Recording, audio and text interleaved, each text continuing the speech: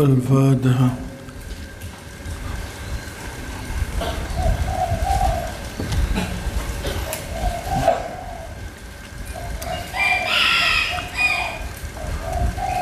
بسم الله الرحمن الرحيم.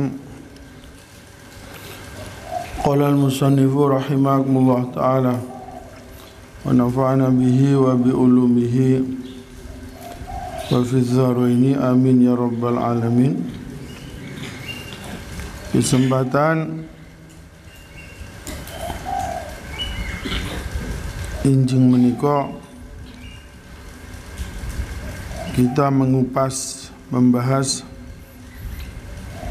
tentang asbab dari kenapa kita ini dalam menghafalkan pelajaran sering tiba-tiba lupa dan sering lupa.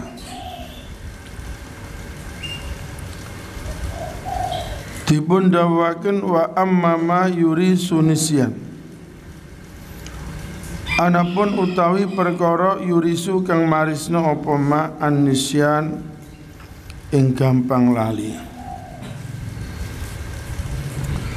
Fal ma'asi mongko iku nglakoni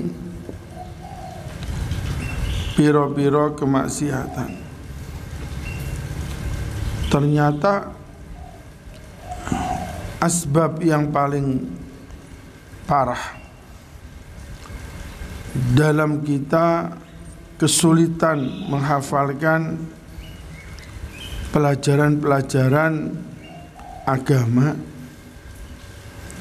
itu kemaksiatan. Kenapa kok begitu? Kok ngoten napa?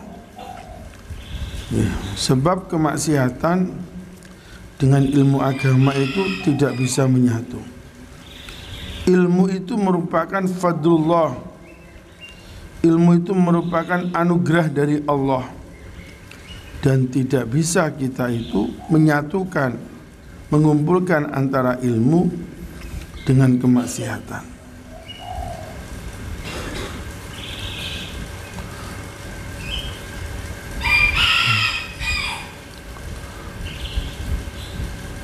Wa kasratu dzunubi lan akehi pira-pira dosa.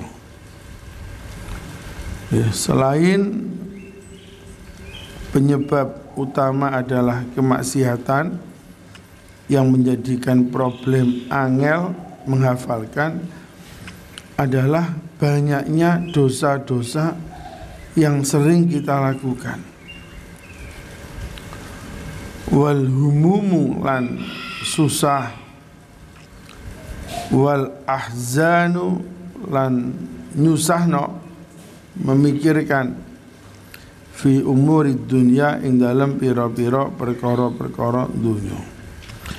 Jadi kalau anda sekalian, kang santri ini di pesantren gampang sumpek, gampang galau. Gampang cara santri mbiyen HM niku kepaung.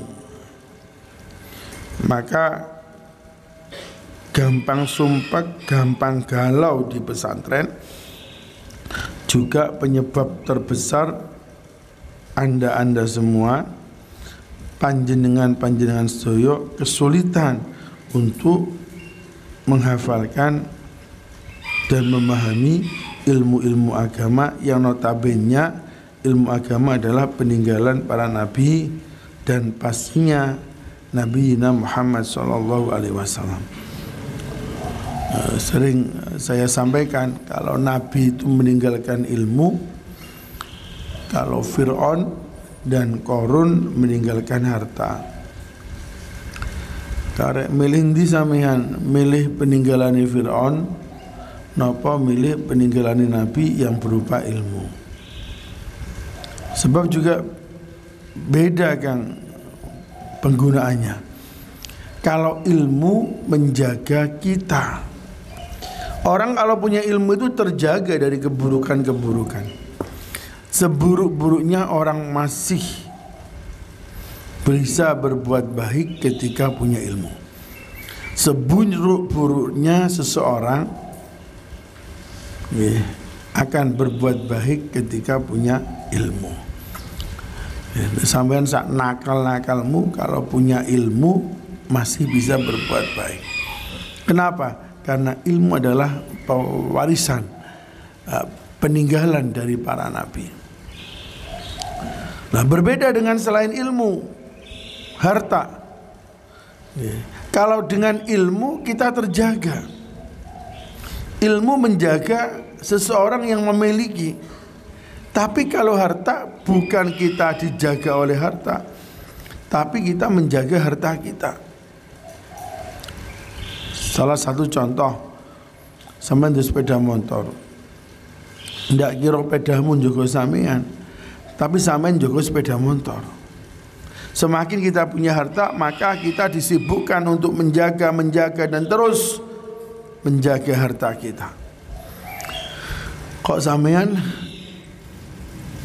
punya harta, kemudian harta kamu itu dijar-jarno, hilang. Coba pun aman di sepeda motor, ojo sampean tembok, sampean klelerno di pinggir jalan raya. Yo, sedekah kepada para pencuri. Jadi intinya ilmu menjaga orang yang punya. Tapi kalau harta, kita menjaga harta. Dan cepat atau lambat kita mati. Dan harta itu kalau mati tidak berguna kecuali harta-harta kita yang disedekahkan jariah untuk kebaikan-kebaikan diri kita dan orang-orang yang kita sedekah jariah.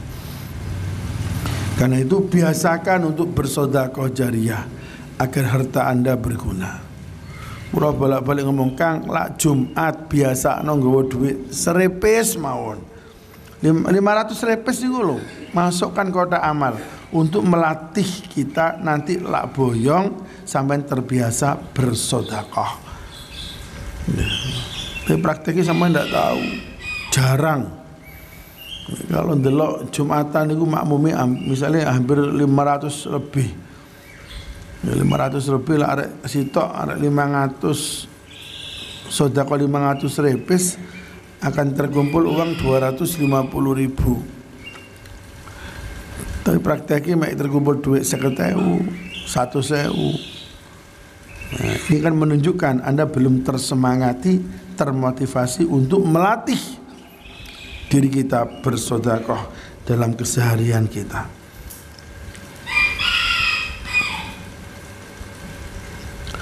Wa kasratul istighali wa kasratul asghali lan akeh ketungkul perkara-perkara dunia wal alaiku lan pira-pira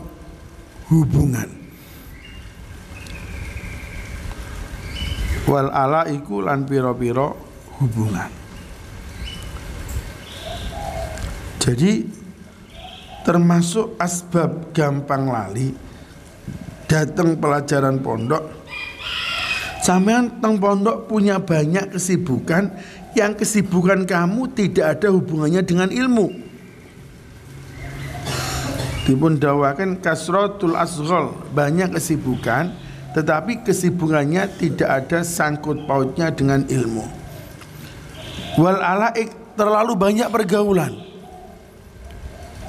Terlalu banyak pergaulan, koncone akeh, jagong tok mboten sinau. Jadi terlalu banyak teman-temannya di pesantren, akhirnya tidak sinau, tapi sampean guyon dan terus guyon.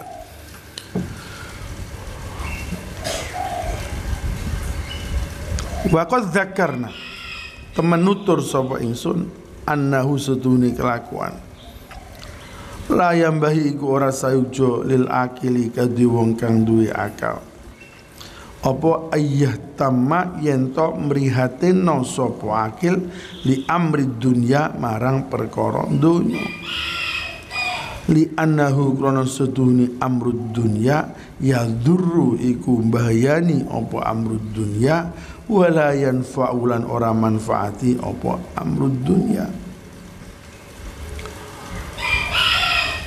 Wa qad dzakarna temen nutur sapa ingsun annau sedune kelakuan iku layam bahi ora sayuja lil akili kadhe wong kang duwe akal apa ya tamayen to mrihatena sapa akil li amri dunya li annahu kan sedune amrud dunya iku ya duru bayani apa amrud dunya wala yanfa'u lan ora manfaati apa amrud dunya. Dipun dawuhaken kalih Kiai Musannif pengarang kitab Ta'lim Muta'alim bahwa orang yang punya akal sempurna tidak diperkenankan terlalu memikirkan perkara-perkara dunia. Anda tinggal berpikir, Anda Kang santri ini yang hadir saat ini apakah termasuk santri-santri yang akalnya sempurna apa enggak? Kalau Anda akalnya tidak sempurna, saya no komentar. Tapi kalau Anda punya akal yang sempurna, maka dipundhawaken santri yang punya akal sempurna tidak diperkenankan terlalu berlebih.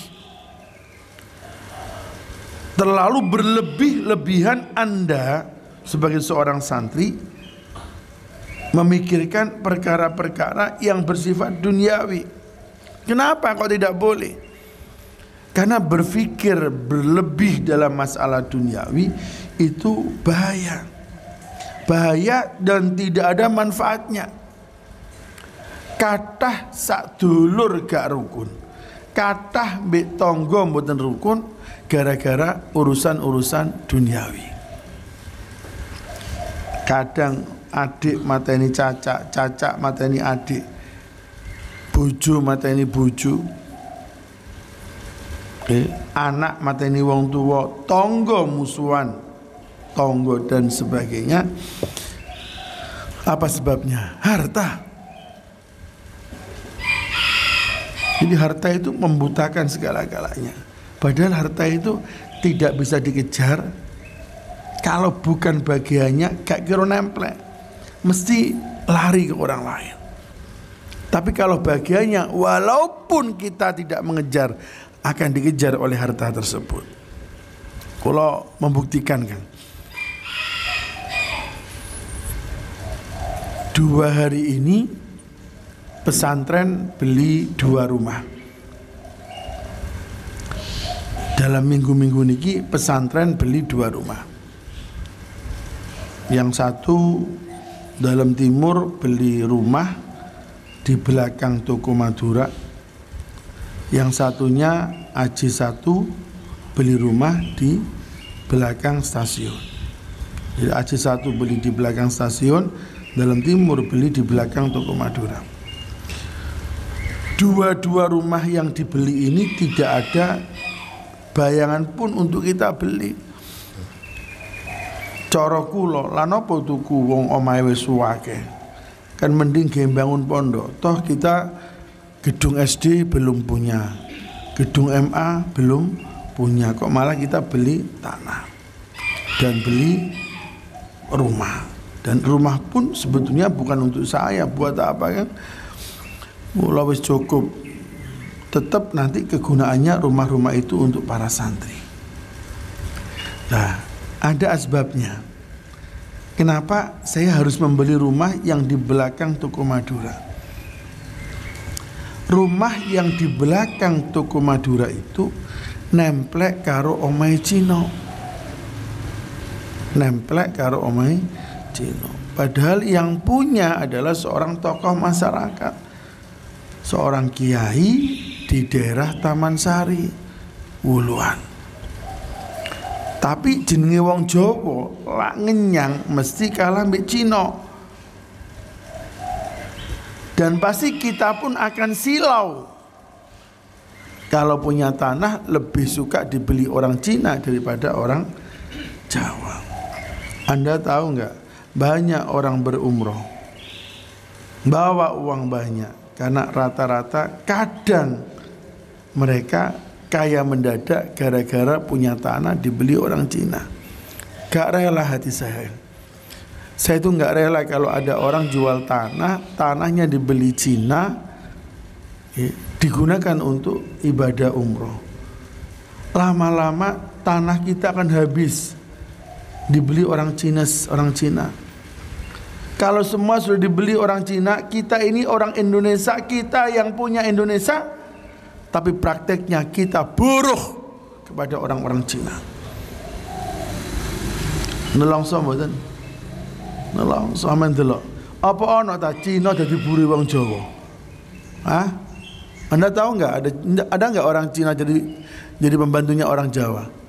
Kita ini yang punya tanah Jawa, tapi prakteknya awake dadi buruh Cina.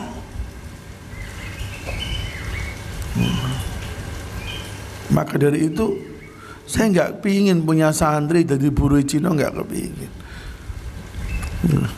Wong Pak Rozikin niku lho, Pak Rozikin pengurus nate belajar mergawe melok Cina rong dino, latihan kerja, gak dibayar, gak dikei mangan. Melok rong dino telung dino teng toko bangunan teng mriko, teng daerah Wonorejo. Wong kita ini yang punya tanah leluhur, kok kita dijajah oleh orang-orang Cina. Nah, akhirnya bingung saya. Itu tempat ada musolanya, namanya Musola Al Barokah. Kalau kangkang lewat pinggir sungai ada Musola Al Barokah ya. Muridnya banyak, ada 50 lebih siswanya. Saya bingung, ya Allah, saya beli gimana? Kalau nggak saya beli bagaimana? Akhirnya saya tanya, kok enggak ke Yai Sadid mawon? Sampun, padahal itu sebelahnya rumahnya Yai Sadid. Dan saya nggak pernah berkiran beli tanah di situ. Akhirnya kalau daripada dibeli Cina, kita beli dan tadi malam sudah mulai kita pakai untuk kegiatan mengaji. Subhanallah. Kalau Allah sudah menghendaki, tidak mencari pun akhirnya Allah menakdirkan itu kita beli. Tapi sebaliknya, kadang ada harta, ada tanah yang ngoyo-ngoyo mau kita beli. Kenyataannya sampai mati pun tidak bisa kita beli. Karena apa? Karena yang menentukan jadi atau tidak adalah Allah Subhanahu wa taala. Dan endingnya dari apa yang saya ceritakan, kok sampai tanah niku didol. Padahal kan tanah niku pusakane wong tuwa. Itulah anaknya. Kita kadang-kadang ngoyo-ngoyo tuku, anak karek ngedol. Ngoyo-ngoyo tuku, anak karek ngedol. Saya enggak kepingin punya kang santri yang semacam itu.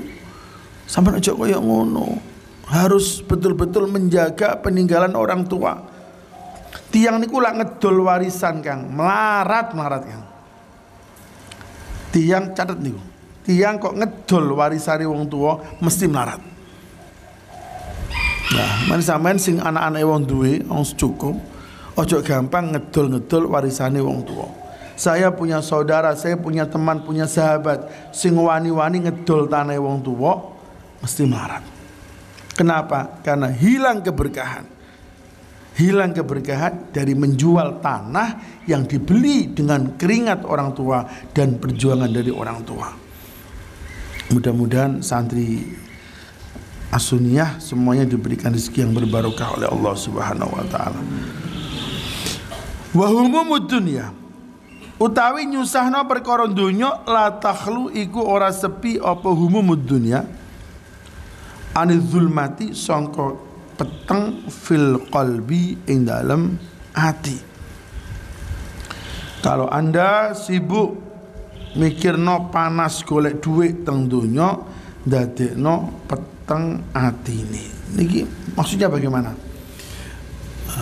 Kalau Anda sibuk memikirkan perkara dunia, maka akan menjadi gelap hatinya. Ada sebuah cerita kan. Ono wong lanang nyolong kotang. Berapa tuh harganya kotang? Lah ya murah kan. Ono wong lanang nyolong kotang. Pencurian itu karena kadang-kadang ada kesempatan walaupun dalam kesempitan. Ada kesempatan dalam kesempitan. Ternyata dicek, orang ini punya istri, istrinya banyak menuntut. Mas kudung ini, mas kudung ini, mas kudung ini. Padahal masnya, suaminya tidak punya apa-apa. Terbebani dengan permintaan istri yang berbagai macam itu. Akhirnya pun peteng kan. Peteng gak ono sing dicolong delala ono tiang mepe kotang. Budal melaku-melaku jime kotangi tonggo gawe mencukupi kebutuhan istri. Loh makanya hati-hati kalau mencari istri. Kudu ngukur kemampuan panjenengan. Jenengan juga duwe wong pas-pasan golek bojo sing orangnya high class, sosialita. Sampeyan mati kena serangan jantung karena tidak mampu mencukupi kebutuhan istri. Atau sampean rupanya pas-pasan golek bojo terlalu cantik. Akhirnya bojomu enak ndelok sampean. Njaluk pegat gak wani. Akhirnya sing wedok nggodha, tukokno iki, ora gambok tukokno aku mulih. Karena saking cintamu kepada istrimu yang cantik itu, kamu menggelapkan segala-galanya. Wani nyolong, wani ngerampok gara-gara napa? Istri cantik. Nah terus pripun kula niki Buya? Golek bojo sing napa? Golek bojo yang qurratul ayun. Nopo qurratul ayun? Seorang perempuan yang bisa mendinginkan mata suaminya. Golek bojo sing iso ngantengno, ndinginno mripate sampeyan. Pripun kriterianya? Gak muluk-muluk. Wong wedok sing membahagiakan kamu gak harus cantik. Kadang semakin cantik semakin banyak kemauan. Nah terus, yo wis, carilah perempuan yang menerima kamu apa adanya. Makanya sampean ndak usah muluk-muluk soalnya nguber-nguber cewek. Sampai digundul. Nguber-nguber cewek sampai digundul. Sampean teri coklat, silver queen, diteri boneka, ya, diteri jilbab. Endingnya itu menikah dengan sahabat karib kamu. Berarti kamu berbulan-bulan, bertahun-tahun merawat, menjaga calon istri sahabat kamu. Ngenes loh kan, sakitnya di sini loh itu. Kok ngurmati pacari wong liya, ngurmati bojone wong liya. Ada sebuah cerita yang nyata dan betul-betul ada. Ono kang Tegar niku dititipi surat cinta, coklat dan jilbab oleh kang induk. Sing kang induk nyapu-nyapu teng dalam timur bagian ngersii mobil. Ini cerita nyata nih, anak Tegar takoni. Ono kang ngersii mobil nyapu-nyapu teng dalam tim arek pondok induk. Titip jilbab silver queen kali bunga nopo-nopo dititip no Tegar.